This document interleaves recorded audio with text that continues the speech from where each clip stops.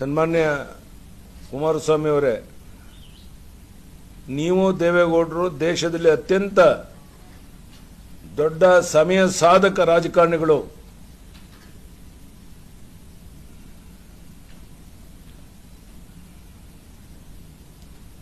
ನಾನು ಇವ್ರ ಮನೆ ಬಾಗಿಲಿಗೆ ಹೋಗಿದ್ದಂತೆ ಮಂತ್ರಿ ಮಾಡಿ ಅಂತ.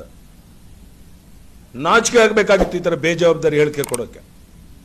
ನಾವು ಅವ್ರು ಕುಂತು ನೀವು ಧರ್ಮಸಿಂಗ್ಗೆ ಕೈ ಕೊಟ್ಟು ನನ್ನ ಜೊತೆ 20 ತಿಂಗಳು ಅದೇ ಆಡಳಿತ ನಡೆಸೋಣ ಅಂತ ಬಂದದ್ದು ನಿಜ. ಅದು 20 ತಿಂಗಳು ಆಡಳಿತ ನಡೆಸಿದ್ರೆ ನಾನು ಮಧ್ಯೆ ಯಾವುದೇ ಪ್ರವೇಶ ಮಾಡಲಿಲ್ಲ, ಹಸ್ತಕ್ಷೇಪ ಮಾಡಲಿಲ್ಲ. ಆಮೇಲೆ ದ್ರೋಹ ಮಾಡಿದ್ರಿ.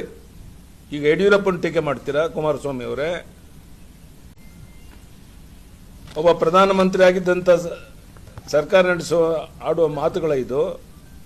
ದೇವೇಗೌಡರು 1994ರಲ್ಲಿ ರಾಮಕೃಷ್ಣ ಹೆಗಡೆ ಅವರಿಗೆ ಚಪ್ಪಲಿಯಲ್ಲಿ ಹೊಡೆಸಿದವರು ಯಾರು? 1993ರಲ್ಲಿ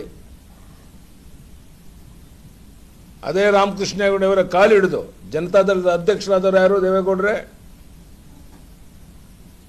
ಆಮೇಲೆ 1988-89ರಲ್ಲಿ 98-99ರಲ್ಲಿ ರಾಮಕೃಷ್ಣ ಹೆಗಡೆಯವನ್ನ ಪಕ್ಷದ ಹೊರಹಾಕಿದವರು ಯಾರು?